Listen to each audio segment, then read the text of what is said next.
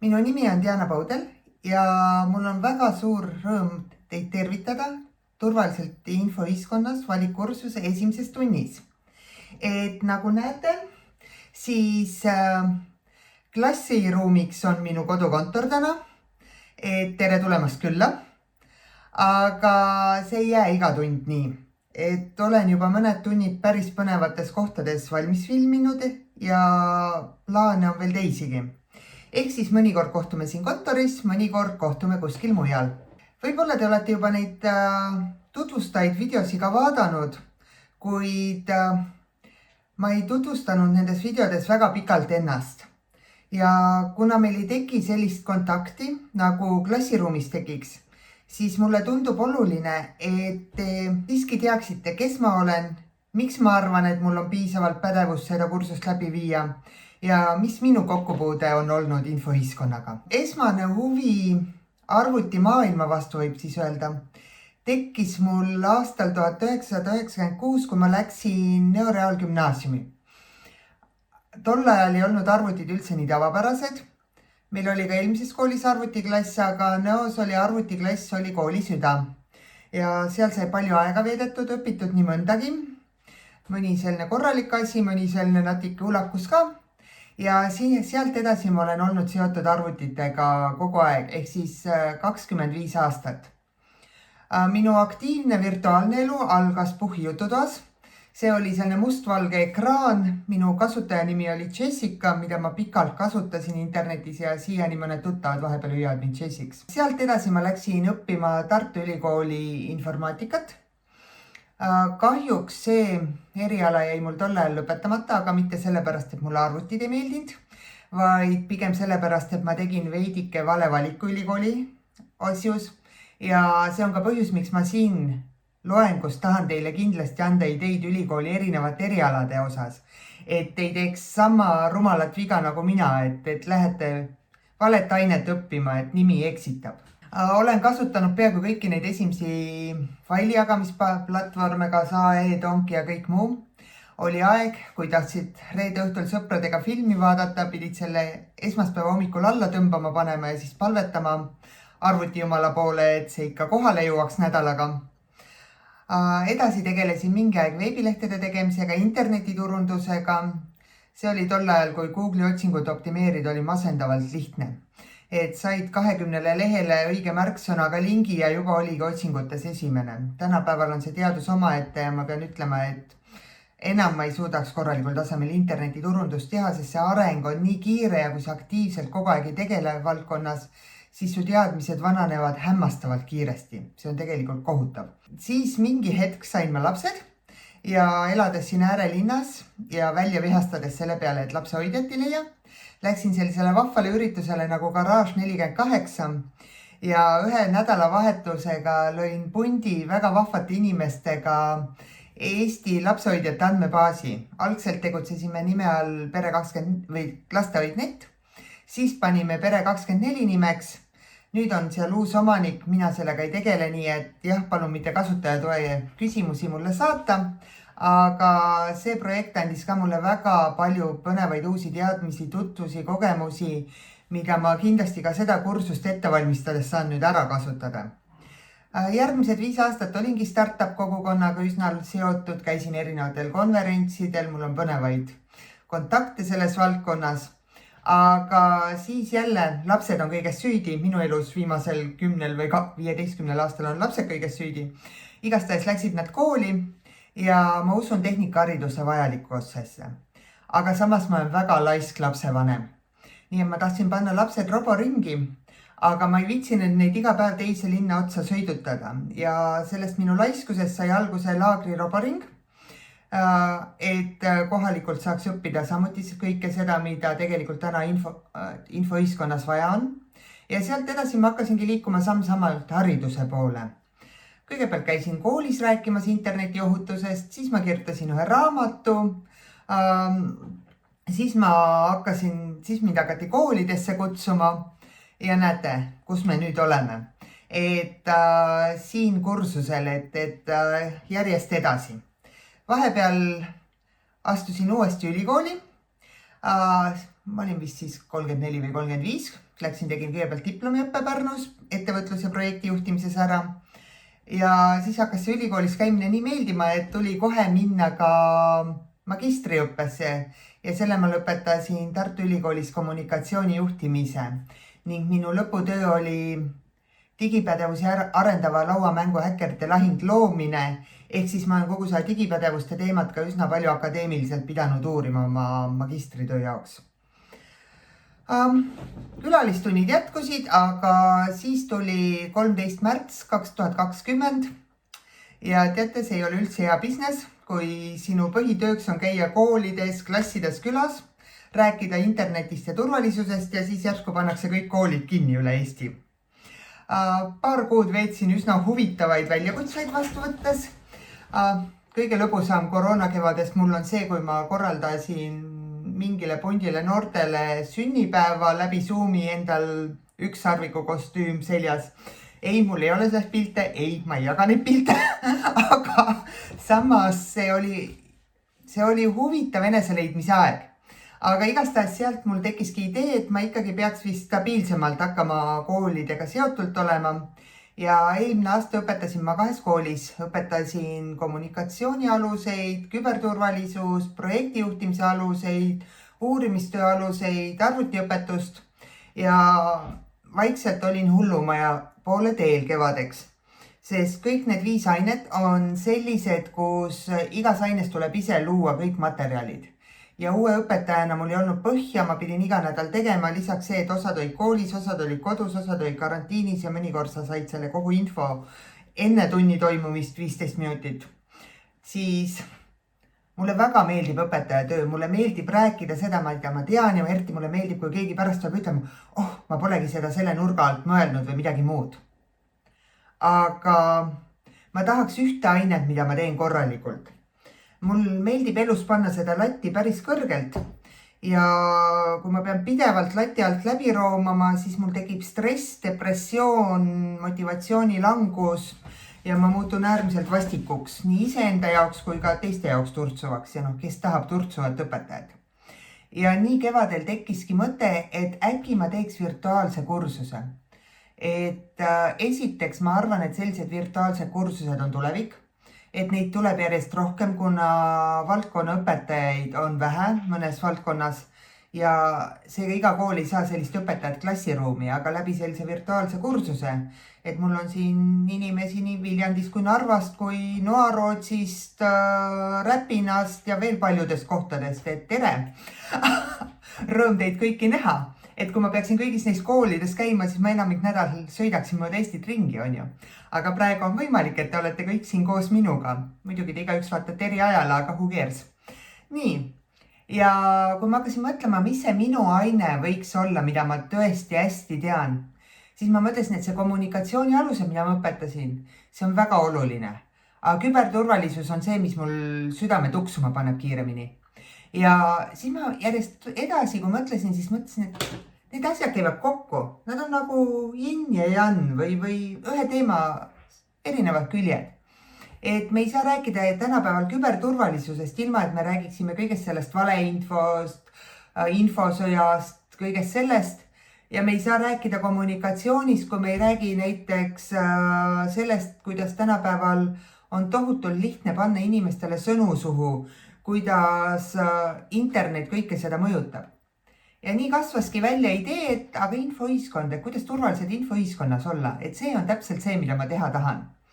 Ja eks siis me näeme järgmise 25 nädala jooksul nüüd, kuidas mul see läheb.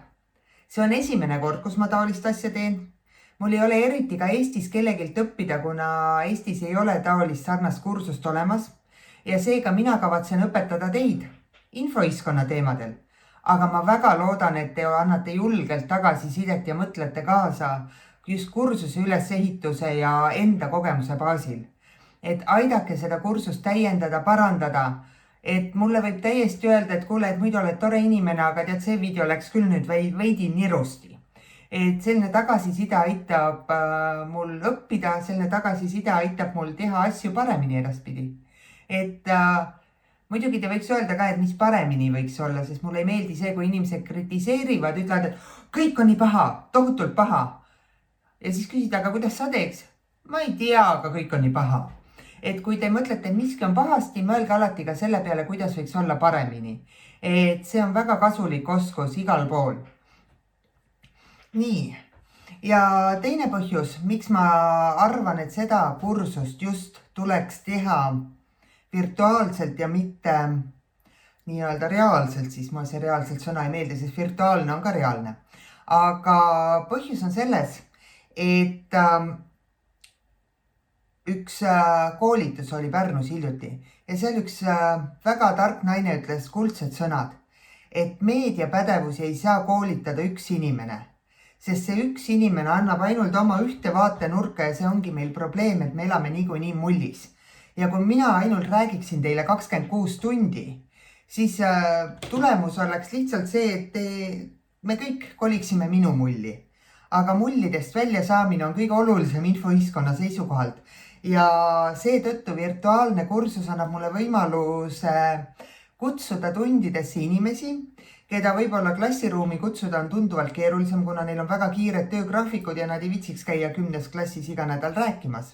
Aga nad leiavad mul aega tunnikese, et minuga need teemad läbi rääkida ja siis ma saan video teha ja teile näidata. On ju palju parem. Ja teiseks ma tahaks ka julgustada õpetajaid, et kasutage rohkem neid võimalusi. Jah, on aineid, kus selline käest kinni hoidmine on hästi oluline. Näiteks kindlasti matemaatika on koht, kus on tore, kui õpetaja on lähedal, et kuule, ma tegin küll kõik valemi järgi, aga palun vaadake nüüd, et miks minu vastus nii erineb. Aga just sellised ühiskonna või sotsiaalained tihti on sellised, kus on küll arutelu, kus on mõtete vahetust, aga siin ei ole nii oluline, et sul õpetajalt kohe detailselt kohe ja praegu küsima peaks. Me pärast räägime, me suhtleme ka, ärge muretsege, suhtlus tuleb, aga see on põhjus. Igastahes jah, ja saatsin kevadel siis koolidele idee laiali, kui mul lihtsalt täiesti ainult idee peas oli, ega ma täpselt ei teadnud, mida ma tegema hakkan. Ja kuna koolidelt tuli vastu ka, tundub päris põnev, et me pakume oma õpilastele. Ja nüüd siis ma hakkasingi ette valmistama ja nüüd mul on rõõm näha, et neid õpilasi ka reaalselt siia tundi on jõudnud. Okei, nüüd see tutvustus sai pikk ja vajalik, sest klassiruumis on ju tihti, ma mäletan, eelmine aasta rääkisid mingid teemat ja peale tundi tuli mõni õpilane ja küsim, oi, et te mainisite, et te selle või tollega tegelete ja mingi jutt läks järgnema. See on virtuaalse koolituse kõige suurem miinus. Meil puudub nii-öelda silmast silma kontakt, et te saate tulla. Aga me kõik ju suhtleme virtuaalselt ja ärge üldse muretsege, te võite mind otsida ükskõik mis kanalis üles ja saata mulle sõnumeid või siis nendes põhikanalites, kus on. Ja kui tekib mõni asi, mis kõnetab, siis võtke ühendust. Mulle meeldib inimestega suhelda ja ma hea meelega mõtlen kaasa, annan võib-olla kontakte, suunan teid edasi, kui ma ise aidata ei oska. Ja kõike ma oma elust ära rääkida ei jõudnud, uskuge mind. Ma olen elanud 40 aastat ja see on pikk aeg olnud. Aga olemas on Google. Et kui te tahate rohkem teada, siis minge Google'isse, pange sisse Diana Poudel ja kogu tõde selgubki. Nii, aga nüüd on palju huvitavam küsimus, et miks teie siin täna olete? Et ma usun, et teil on erinevad motivatsioonid, et võib-olla mõni lihtsalt mõtles, et ma ju tean, ma eelmine aasta olin õpetaja gümnaasiumis. Et seal klassi pingi peal magada on palju ebamugavam kui voodis YouTube'i vaadates magada. Nojah, eks see õige on, aga palun ärge magama päris jääge, et siiski tähelepanu võib olla, et see, et teil mugav on, näete, mul endal on ka siin tassike teed praegu kõrval. Et teekruus kõrvale mugavast tugitoolist, see on täiesti okei, aga palun ärge magake minu videode ajal. Siis on kindlasti neid, kellel on palju hobisi ja on palju tööd. Et ma tean, paljud gümnaasiuminoored käivad tööl, ma tean, et mul on siin täiskasvanute gümnaasiumist õpilasi, kellel on veel kindlasti raskem neid õpinguid ja tööaega ühendada. Ja see video on super, sest te saate vaadata, ma ei tea, rongis, bussis, kuskil, kas või arsti ooteruumis või kus iganes. Et sel hetkel, kui teil vaba aega on, et see annab paindlikkust. Aga ma väga loodan, et siin on ka palju neid, kes tulid siia lihtsalt selle mõttega, et nad tahavad aru saada sellest hullumeelsest maailmast meie ümber. Sest maailm on hullumeelne. Olgem nüüd ausad kõik iseenda vastu, on ju. Ja nii palju asju, et miks see maailm nii hullumeelne on? Miks seda infot nii meeletult on? Miks valeinfo levib? Kas ma saan alati ajakirjandust usaldada? Kuidas see tehnika minu elu reaalselt muutma hakkab? Neid küsimusi on palju ja nendele küsimustele ma proovingi vastuse anda ja koos teiega nende üle mõelda. Et igastahes, mis oli teie motivatsioon siia tulemisel, tere tulemast. Aga nüüd tuleb päeva küsimus. Mis asi on infoühiskond? Ma võin öelda, et sellel on ka ilus definitsioon, et infoühiskond on selline ühiskond, kus info kogumisel, töötlemisel, kasutamisel ja jagamisel ja ka manipuleerimisel on väga suur tähtsus. Ehk siis piltlikult öeldes võib öelda, et info on kuningas. Okei, selle ma lugesin, mul on tegelikult siin all on arvuti ekraan ees, kust ma asju piilun. Aga see oli masendavalt igav kuiv seletus, kas pole? Seetõttu ma käisin nüüd suvel arvamusfestivalil. Ma ise küll rääkisin ühes kaugtööpaneelis, aga ma nägin seal igasuguseid lahedaid inimesi ja osadel õnnestus nii-öelda jopehõlmast kinni võtta ja paluda natuke seda teemat teie jaoks avada. Panekski nüüd selle klipi, et ma küsisin neid 3 küsimust. Ja esimene küsimus oli, mis on infoühiskond ja vaadake, kuidas inimesed, kes selles infoühiskonnas igapäevaselt tegelevad, püüavad seda infoühiskonda lahti mõtestada, kui neile ootamatult keegi mikrofoniga juurde hüppab. Infoühiskond on tegelikult see, kus me elame. Ehk et me suhtleme üle interneti, me helistame. Kõik see on ju tegelikult päeva lõpuks infovahetus. See, et meie suhtleme siin omavahel, see läheb linti, ta tuleb ühel hetkel lindist välja. Seal taga kõik on infotehnoloogia. See, et need inimesed kuidagi seal niimoodi infotehnoloogia sees ujuvad, loodetavasti mitte avamere suunas, aga vähemalt Piki kallast, see kõik ongi minu jaoks infotehnoloogiline ühiskond. No infoühiskond on praegu, seda võib kahte moodi mõista, et ühtepidi me jätame hästi palju endast kogu aeg infot järgi, see kõik talletub kuhugi. Igal sammul tegelikult jääb jälg kuhugi andmebaasi, isegi kui meil on mobiiltelefon taskus, ta registreerib selle, kus kohas me liigume, teeme poes ostu, kohe läheb andmebaasi paar rida. Ja nüüd teistpidi jälle meieni jõuab hästi palju seda infot, et niipea kui hakkame kuskilt lugema, tuleb neid arve, hakkame millegi kohta infot otsima, me leiame seda kohe väga palju ja siis me peame sellest kõiges orienteeruma, peame oskama selle infoga midagi peale hakata, sellest kuidagi millestki aru saama ja just need, kes seda asja hästi valdavad, need on infoühiskonnas nii-öelda tegijad, et need tulevad elus hästi toime. Ega ma täpselt ei tea, mis on infoühiskond. See on miski, mis tuleb ütleme, selle naftaühiskonna järgi. Et mis on naftaühiskond? Sellel on väga lihtne vastata, et see on nagu suured bussid, mis viivad inimeste magalarajoonist tehasesse. Ja tema elu ongi see, et ta läheb, seal töötab nagu see Charlie Chaplin kuskil sellise konveeri taga, siis tuleb ta koju, vaatab nagu zombid televiisori ja läheb magama ja kõik ja kogu lugu. See ongi naftaühiskond. Nüüd infoühiskond on see, et me istume oma kogukondades ja arutame seal, ma ei tea, päiksepaneelide vajadust ja veel mingisuguseid asju, sellepärast, et aeg on küll, sest tööd saab teha nagu kodust ja siuke teenustele orienteeritud nagu ärimudel. Et ma täpselt tõesti ausalt ütlen, et ei tea, mis on infoühiskond, aga ma tean seda, et me oleme alles alguses infoühiskonna ehitamisel ja ma räägin praegu Eestist, mis on nagu maailma eesrindel. Teised nagu pole aru saanudki, et infoühiskond on tulemas. Infoühiskond on lõpuks nagu inimese eluseisukohalt see keskkond, kus me elame oma digitaalseid elusid. Et eriti Eestis on tõesti ju eluviis väga elektrooniline, väga digitaalne ja seega me oleme ühiskonnas, kus info on olulisem kui palju muud asjad ja see ka oskus käia infoga ringi, andmetega ringi ja oskus orienteeruda neis keskkondades, kus info ja andmed liiguvad ja hoiduvad. Mõned nimed tundsite võib-olla ära, võib-olla olid kõik võõrad, aga tegu on igastahes väga tugevat oma ala spetsialistidega, ja see oli päris huvitav näha, kuidas nad igaüks erinevalt seda infoühiskonda defineerivad. Ja tegelikult ongi infoühiskonnaga nii, et ma ei tea, kas te teate seda India pimedate kerjuste lugu, seda ma vist ühes tutvustavas webinaaris ka rääkisin, aga okei, kordamine on tarkuse ema, see on hea lugu.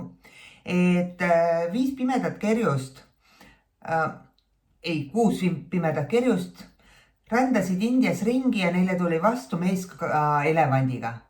Ja mees elevandiga ütles, et kuulge hullud, mis te tee peal olete, et elevant tallub teid ju laiaks.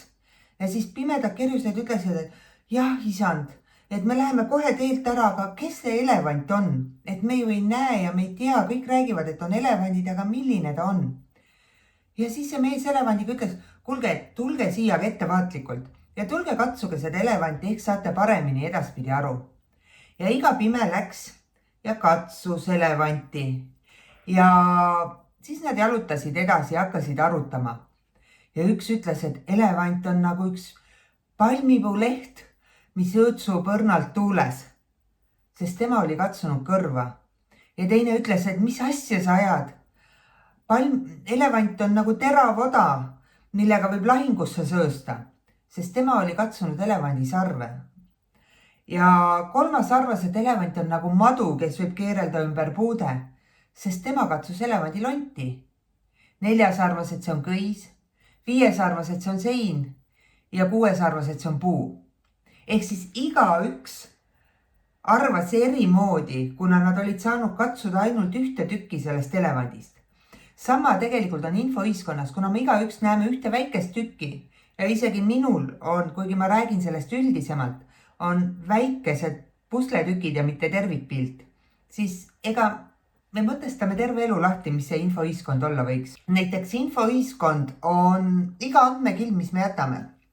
Rahvaloenduse andmetes, Exceli tabelites, artiklid teadusajakirjades, TikToki videod, Inde e-päevikus, Facebooki likeid, tuhanded asjad.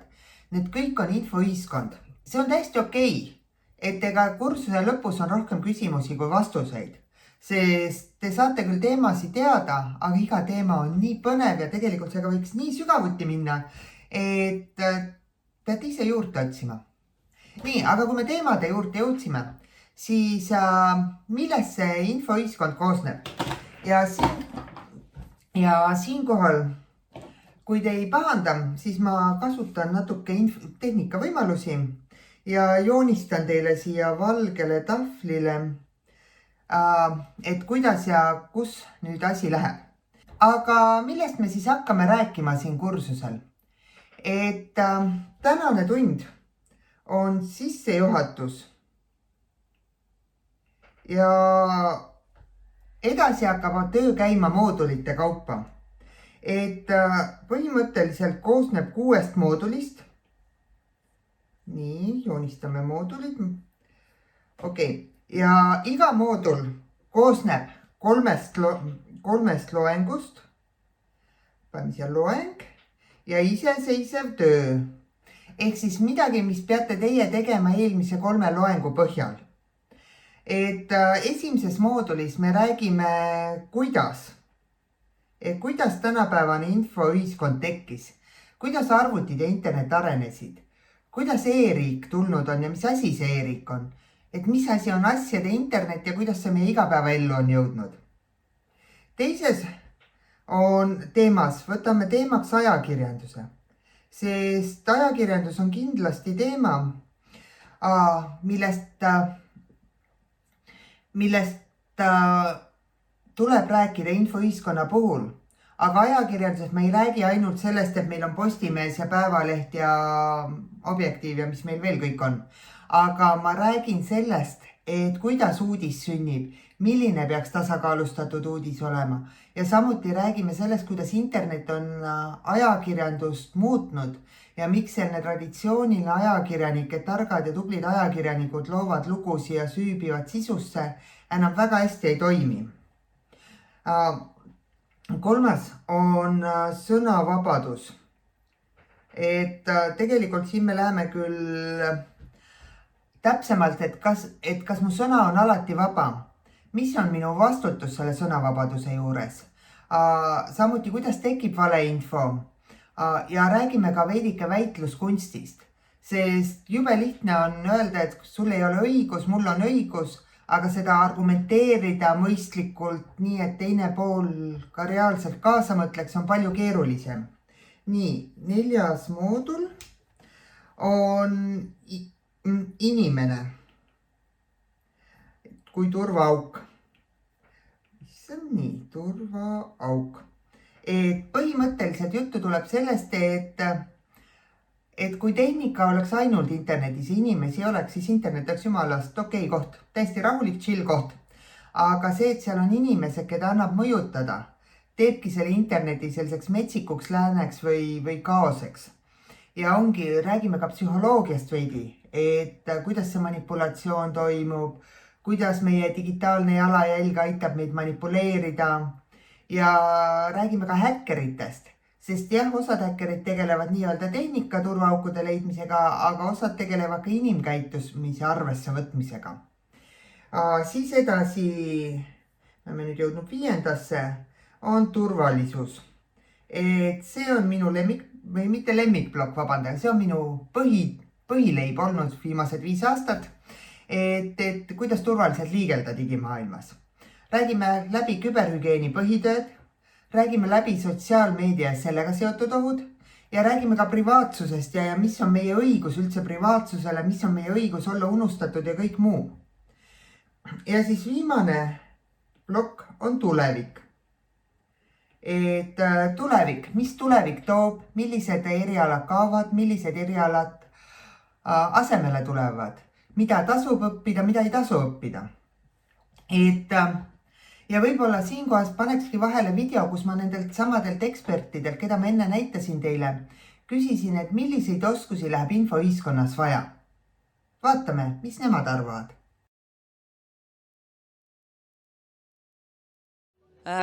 Kaks asja, mis võimaldavad seda infoga ümberkäimist. Ühelt poolt on see endiselt on kõige olulisem kriitiline mõtlemine.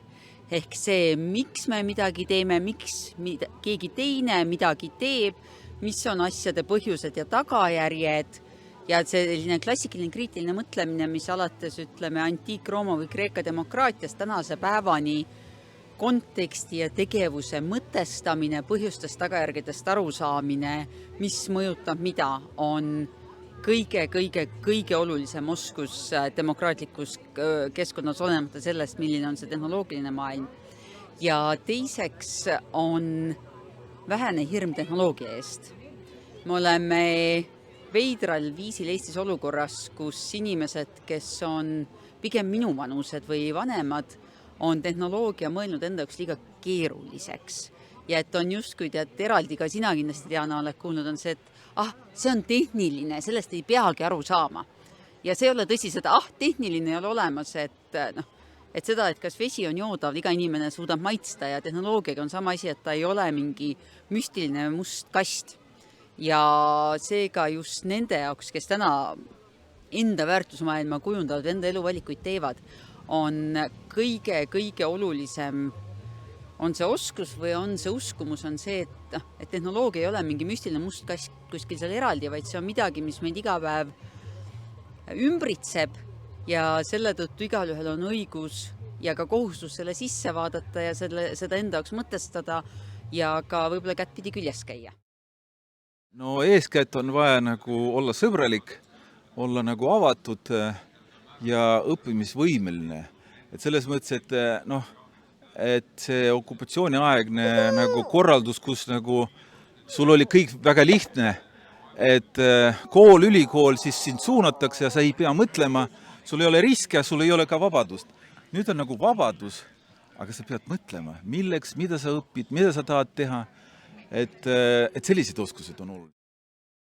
No mina arvan, et just kõige põhiline on tugev, hea matemaatika baas. Seega ärge alahinnake seda kooli matemaatikat, et koolis tuleb seda tõsiselt võtta, kuigi võib tunduda, et milleks mulle seda võrrandit vaja on. Aga just oskus niimoodi mõelda, seda loogilist mõttekäiku järgida ja jõuda tulemuseni, see on ääretult vajalik ja inimesed, kes seda hästi oskavad, kui nad tulevikus saavad mingi täiesti uue probleemi, millest me praegu üldse ei oskagi arvata, et selline asi ette tuleb, ka need oskavad siis sellele jälle loovalt läheneda, tuletavad meelde oma selle matemaatika, kuidas nad need asjad kokku panevad ja kuidas nad kuhugi lahendusteni jõuavad sealt. Et see on nagu üks põhiline oskus. Ja loomulikult sealt matemaatikast võime edasi minna ka statistika poole peale, et just, et kuidas me andmetest saame aru, et mida tähendab, et kui me näeme protsenti, siis küsime, et millest see protsent on võetud. Me oleme 2 arvu omavahel jaganud, et seda saada. Mis need arvud on, et kust kohast nad on tulevad. Et just aru saada, et mis see täpselt on. Ma näen praegu just ka meie siin pandeemia ajal, kuidas selliste asjadega pannakse väga lihtsalt mööda ja siis edasi jah, et kus on ka need piirid, mida me andmete abil saame öelda ja et me saame tulevikku prognoosida, aga ma ei saa täpselt ennustada seda, mis tuleb ja mis vahe seal siis on. Et sellistest asjadest arusaamine muidugi on jah väga oluline. Ja eks muidugi arvutioskus ja see, et me oskame kasutada neid vahendeid, ka see on vajalik, et arvuti ei pruugi olla eesmärk omaette, aga seda vahendit tuleks hästi vallata, et ära kasutada selle, mis tehnika meile on andnud praegu. No ujumisoskus on oluline, sõltumata sellest, kas sa oled kuskil Kalev Spa basseinis või sa oled selles infoühiskonnas, et me pahatihti ajame segi seda ujumisoskust sellega, et ma oskan interneti brauseris õigele lingile vajutada või et ma oskan Facebookis mingisugust postitust teha. Tegelikult minu jaoks need ujumisoskused on just need vastupidi, et kuidas ma oskan neid ohte ära tunda, mis kaasneb sellega, kui ma mingil lingil klikin või kui ma mingisugust manust avan või vastupidi, et kui ma postitan Facebooki postituse, et lähen nüüd perega puhkama 8 nädalaks, kedagi ei ole kodus ja raha on mati all. Okei, infoühiskonnas läheb väga palju erinevaid oskusi vaja, nagu aru saite.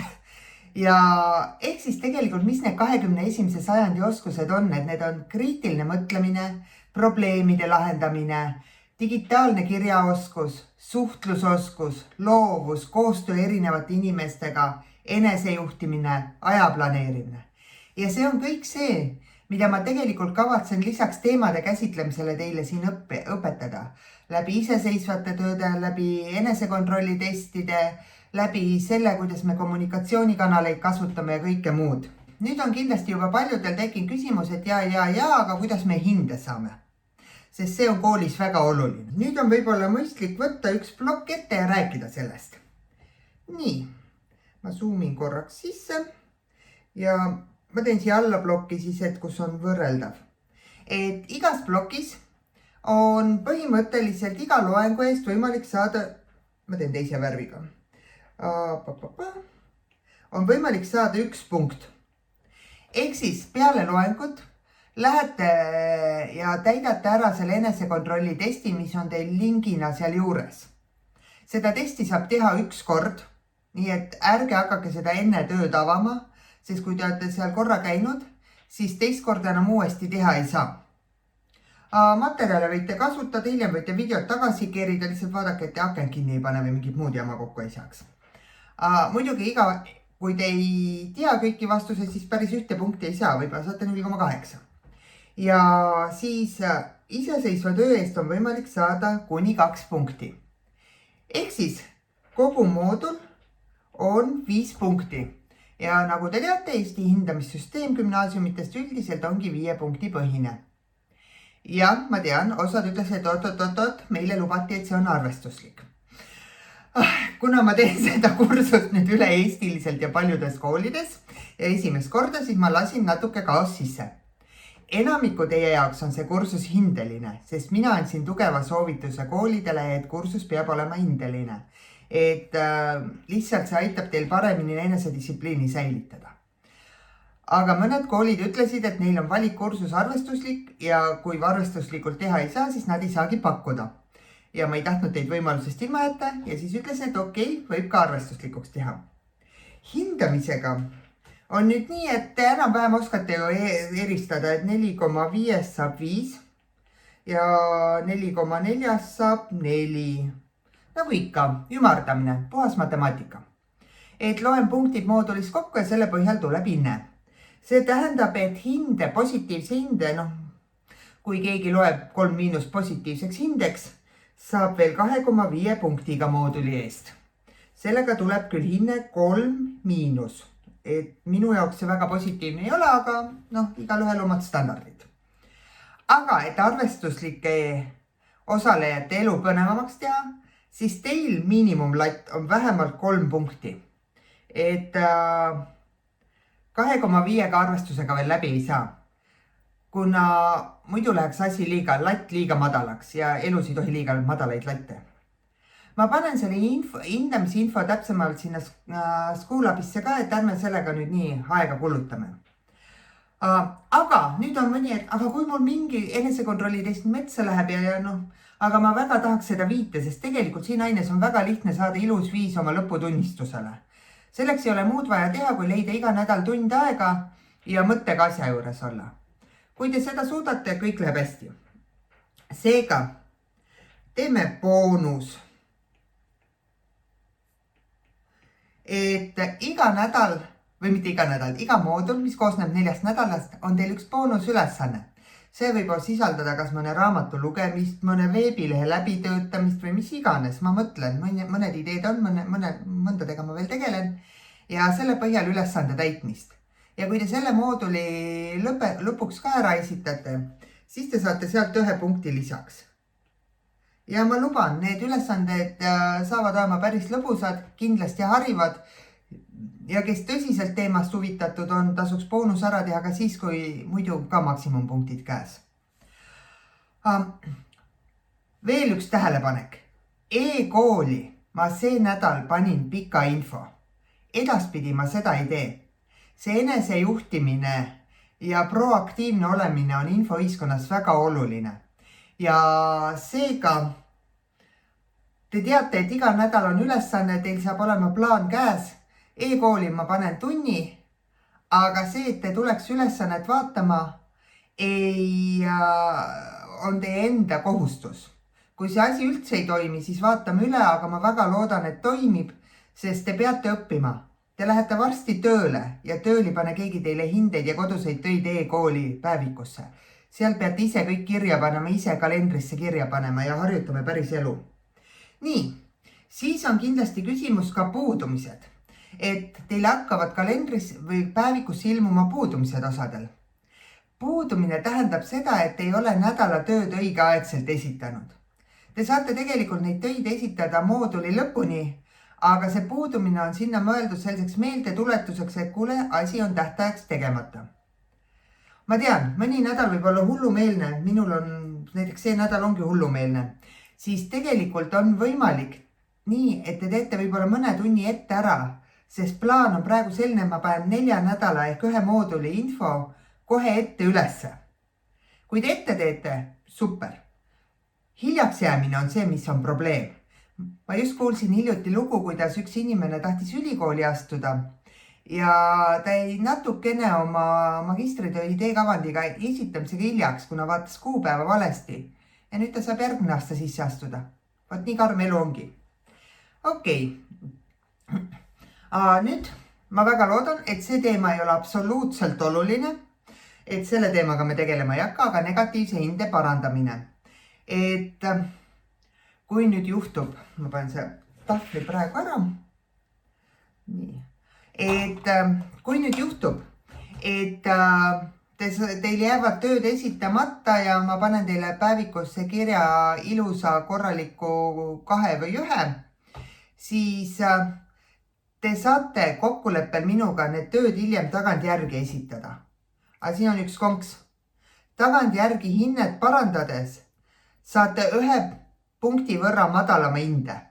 Ehk siis, kui te muidu oleks saanud 5, siis saate 4. Kui muidu oleks saanud 4, saate 3. Sest see ei oleks aus õigeaegselt see ei oleks aus nende ees, kes õigeaegselt tööd esitasid, kuna aja planeerimine on oluline, ma kordan uuesti ära. Kes ei saa sellest aru, palun lugege Graf Monte Cristot. Suurepärane raamat, mis nooruses jättis mulle aja suhtes suht suured kiiksud. Nii, ja arvestusliku aine puhul, et üldse arvestust kätte saada, peab olema vähemalt 4 tundi või 4 moodulit arvestatud. Jah, ma tean, mõni mõtleb, et ohoo, et nii on ju päris lihtne. Aga kas te tahate minna miinimumi peale? Selleks, et ega klassiruumis saab ka suht miinimumprogrammiga läbi, aga elus ei saa. Elus läheb hästi neil, kes ei tee miinimumi. Elus läheb hästi neid, kes seavad kõrgeid sihte ja isegi kui nad päris seda sihti saavutada ei suuda, jõuavad nad palju kaugemale kui need, kes panevad sihi väga madalale. Mõelge selle peale, et ma ei saa sundida, eriti mitte läbi ekraani, aga ma saan suunata. Nii, ja nüüd meetmed. Esiteks, üks asi, mis võib tekkida kiusatus, eriti koolidel, kus on mul rohkem kui mõned õpilased, mõnes on isegi suisa klassitäis või paar, et ühisloomet teha. Sellega seoses ma räägiks ühe loo eelmisest aastast, kus mul oli ka üks ülesanne kommunikatsiooni alustes ja sain täpselt 2 ühesugust tööd. Kusjuures tõesti ühesugust, seal ei olnud isegi üritatud varjata. Ja ma panin mõlemale 2. Või ei, ma panin ühe pannaks ikka siis. Ja siis kirjutas üks noormees, küsis, aga miks? Kas töö ei meeldinud? Ma ütlesin, et töö meeldis mulle väga, töö oli suurepärane. Aga kuna ma ei saa aru, kumb on autor, said mõlemad 1. Sest kui mul tundub, et liiga sarnane on asi ja seda ka enesekontrolli testides mul on plaan paar vimkat sisse visata. Ja kui ma näen seal liiga suurt kattuvust ja tekib kahtluse, et inimene kasutab teiste tööd, siis saate personaalsed videochatid, nii see, kes jagas, kui see, kes kasutas. Sest ärge jagage, ärge andke oma sõbrale mitte kala, aga andke talle õng. Kui sõber küsib nõu mõne asja suhtes, on täiesti okei, kui te temaga arutlete, vihjate, et ta võiks sinna minna vaadata või teha, aga ärge andke talle oma tööd ja ärge näidake seda. Sest see plagiaat on väga oluline teema ja loomevargus ka infoühiskonnas. Ja me peame õppima enda asju kaitsma ja samuti, et me ei tohi kasutada teiste töid ilma viitamata. Et jah, et see on. Ja kui nüüd keegi hakkab ära kaduma, siis ma saadan ka kohe, mul on igas koolis kontakt õppealajuhataja veel kellegi näitena, siis ma saadan kohe ka info sinna. Et ma ei saa kahjuks ise mööda kooli otsima tulla teid, et kus te olete ja kas teiega on kõik korras. Kui teil on mingi põhjendatud asi, siis palun kirjutage mulle, öelge, ma ei tea, mis iganes, lähen 8 nädalaks, ma ei tea, Antarktikale midagi uurima jääkihi paksust ja ma olen täiesti netivaba, see on täiesti okei, kui te ette planeerite. Kui te tagantjärgi ütlete, et oi, aga ma olin 2 nädalat Antarktikal, siis tekib probleem. Et öelge ette, kui teil mingi jama tuleb. Jah, kui te avariisse satute, seda ei saa ette öelda, aga kõike muud saab. Nii, aga kus me siis kohtume? Meie kohtumispaik on Schoolabi keskkond. See keskkond on päris lihtne. Ma panen mõned screenshotid ja juhised teile sinna lingina e-kooli või e-kirja, sõltub kellega ma kuidas suhtlen. Ja see on meie põhiline keskkond. Ja seal hakkab toimuma meie suhtlus, seal näete ülesandeid ja kõike muud. Ma tegelikult usun, et enamik teist, te suudate hämmastavates kohtades orienteeruda ja ma arvan, see keskkond on palju lihtsam kui see, kus te tavaliselt oma päeva veedate. Aga kui nüüd mõni tunneb, et ta jääb hätta, siis on täiesti võimalik, et kirjutage mulle, et ma teen siis nädala jooksul mingi video Zoomi, et saame seda teemat arutada. Ja esimene ülesanne, sest ma tean, ma panin see videolingi ka nüüd teile kirja ja e-kooli ja te suure tõenäosusega Schoolabit veel pole näinud, ongi see, et te peate Schoolabi konto ära tegema ja siis seal on üks väike ankeet. See ankeet ei ole mitte tunnikontroll seekord, vaid pigem ma tahan teada, mis on teie ootused, natuke teie tausta, sest ma ju ei näe teid. Teie mind näete, mina teid ei näe. See on ühesuunaline suhtlus. Ja see ankeet mulle esitada, see ei võta kauem aega kui 5 minutit ja siis te saate tunni loetuks. Kes seda ei esita, see saab oma esimese puudumise järgmiseks esmaspäevaks. Nii, aga suhtlemine, suhelda ju ikka tahaks. Mina saan teiega palju suhelda, ma räägin siin kogu aeg, õnneks ma rääkida meeldib. Aga te võite mulle helistada. Te võite mulle rahulikult helistada ja ma tean, paljud inimesed kardavad telefonikõnesi, aga võtke seda kui võimalust harjutada turvalise isikuga, kuidas telefonitsi rääkida. Minu telefoninumber on samuti teil keskkonnas kirjas, ma ei hakka siia avalikku videosse panema, kuna see on YouTube'is kõigile nähtav ja kuskil läheb ka limiit, kui palju kõnesid ma päeva jooksul saada tahan. Minu e-posti aadress, see on ka siin video all kirjas, siia võite kirjutada ka need, kes kursusest huvitatud või kes kursusel ei osale, aga mingi idee tekib, aga sellele ma päris kohe ei pruugi vastata. Mulle võib täiesti rahulikult kirjutada Facebookis. Mul ei ole nimekaimu, kuigi mingi hetk mind trolliti siin vaktsiinivastaste poolt ja tol ajal oli mingi Poudel Diana nimega konto, aga minu konto on Diana Poudel, eesnimi enne nagu tavaks. Ja see on aktiivne konto, te saate aru, et see on minu oma. Et te võite selle kaudu saata, lihtsalt arvestage, Messenger paneb sinna teise kausta sõnumid ja siis ärge arvake, et ma teid ignoreerin, ma pole lihtsalt tähele pannud, et sinna on jälle tekkinud. Twitteri kaudu võib sõnumi saata, kuigi taaskord seal ma päris kogu aeg ei viibi. Instagrami kaudu ma soovitan mitte sõnumeid saata, sest seal ma tavaliselt näen neid sõnumeid nädal-kaks hiljem, kuna Instagram ei ole päris minu kanal, kuigi ma sinna mõnikord postitan. Aga meie lemmikkoht kohtumiseks on Discord. Ja ma tean, noortel ei ole absoluutselt vaja ühtegi sõna öelda, mis on Discord. Ma pigem loodan, et see on esimest korda, kus ma see pikaajalist projekti teen Discord kanalis. Et palun öelge julgelt, kui ma teen midagi tobedalt või ma saaks midagi paremini teha, et juhendage mind. Sest siin ei ole ainult see, et mina õpetan, teie õpite. Mina õpin ka selle kursuse käigus paljut ja väga paljut õpin ma ikkagi teilt. Aga kuna nüüd on siin ka mõningad täiskasvanud inimesed, kes võib-olla ei ole nii kodused Discord kanalil, siis link on olemas. Laadige see programm alla, ta on tegelikult suhteliselt sarnane selline foorumi jutuka tüüpi. Ja kui teil seal palju kanaleid ei ole, te saate hakkama.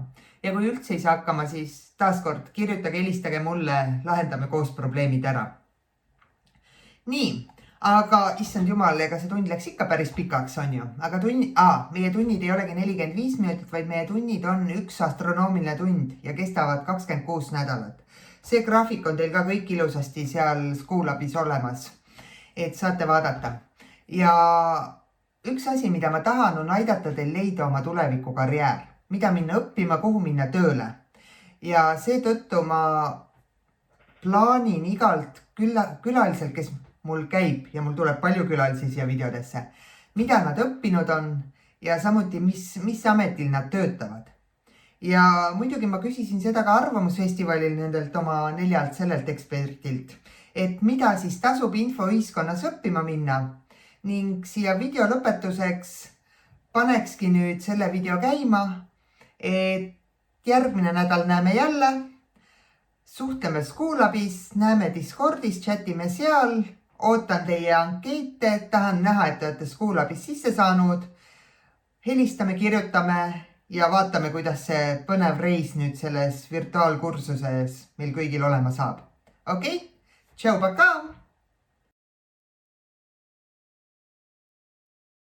Mina õpiksin nagu midagi, mis on nagu seotud materjalidega, ikka nagu alustame matemaatikast, füüsikast, keemiast ja siis sealt hakkab kooruma ja selles mõttes, et materjalide tundmine uues ühiskonnas on ikkagi väga oluline. Et kuidas nagu ökonoomselt läbi hakkama saada, ilma et sa peaksid nagu miljardite eest seda naftat importima Eestisse, kuidas nagu toitu teha nii, et sa ei pista endale keemiat sisse kogu aeg, et see kõik on nagu väga oluline tulevik. Mina arvan, et infoühiskonnas ongi palju neid, kes on alustanud võib-olla matemaatika õppimisest, et mina soovitaks küll mõelda sellele, et selline matemaatika või matemaatilise statistika bakalaureusest alustamine inimesele, kes reaalalasid päriselt ei pelga väga, et on üks väga hea mõte, sest selle baasilt saab edasi minna ükskõik kuhu. Isegi aladele, mida peetakse humanitaarseks, aga just oli ka meil vestlus siin samal arvamusfestivalil psühholoogidega, kes ja psühholoog ütles, et mida rohkem ta teadust teeb, seda rohkem ta saab aru, et psühholoogia on tegelikult rakendusmatemaatika. Nii et selle peale nagu ei tule, kui ta ka mainis, et psühholoogiat lähevad õppima mõned inimesed selle mõttega, et matemaatika ei meeldinud, aga inimesed huvitavad, et siis õpiks seda. Aga et tegelikult on seda ka seal vaja ja ma arvan, et nii on päris paljude aladega. Nii et, no, et mina soovitan väga matemaatikat. Informaatikaõpe on ka väga hea. Seal liigutakse kohe selle tehnilisema poole peale.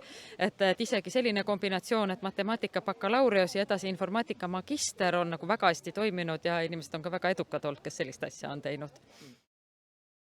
No mina tegin selle otsuse juba vasti 20 aastat tagasi, et seda tehnoloogia värki tuleb aina juurde. Ja see on asi, millega ilma tööta ei jää. Ehk et mis iganes tehnoloogilist suunitlust minna õppima, sellega saab aluse baasile, mis ütleme, et on sama kindel nagu elekter. Ilma elektroonikata ei toimi ükski ühiskond ja ilma sideta ei toimi ükski ühiskond. Nii et need kaks asja on nurgakivid kohe kindlasti. Kõige olulisemalt puudu ja pikas perspektiivis puudu on just see, mis infot ja ühiskonda seob. Ja see oleneb sellest, mis on inimese huvid. Kas ta soovib siis küberkaitse nagu selles laiemas vaates siduda riigikaitset, sellist väga patriootlikku tegelikult eriala ja digitaalset maailma. Rahvusvahelises õiguses ja õiguses inimeste õigused oma andmetele, riikide käitumine selles ruumis. Igas juhtimis- või tegutsemisvaldkonnas see, kuidas sa ühendad selle ülemüstifitseeritud tehnoloogia ja teiselt poolt siis selle ülidigitaalse, ilma et sa seda ja inimeste vajadused. Et mina olen võib-olla ise hea näide, mis ehk kedagi aitab, et mina olen õppinud politoloogiat ja psühholoogiat ja mu magistrikraad on meediauuringutes. Ehk et ma olen selline klassikaline mittetehniline pehmete alade esindaja. Ja minu jaoks lõpuks kõige olulisem küsimus, mida ma olen, ükskõik kas ma olen olnud aktivist või ajakirjanik või täna siis olen veerandi Eesti e-riigi infoturve on minu vastutada, on need kriitilise mõtlemise küsimused, et miks see asi nii teeb, miks see vajalik on ja kuidas paremini saab. Ja see, et sa nendesse sügavuti üritad mehhanismidest aru saada, et ma kindlasti ei ole seda meelt, et minge kõik programmeerima, kui sul on selleks huvi, siis see töö kindlasti otsa ei saa, aga ükskõik mida inimesed lähevad õppima, siis nad elus jõuavad teha mitut erinevat tööd, kus on mitmeid erinevaid oskusi vaja, aga see selline tehnoloogia ja ühiskonna kokku heegeldamine, kas siis sellega, et kuidas läbi tehnoloogia ühiskonna vajadusi kuidagi rahuldada, koroonaaeg on seda eriti hästi näinud, või teistpidi, kuidas seda digitaalset eluviisi kaitsta. Et see igal juhul on päevakorral.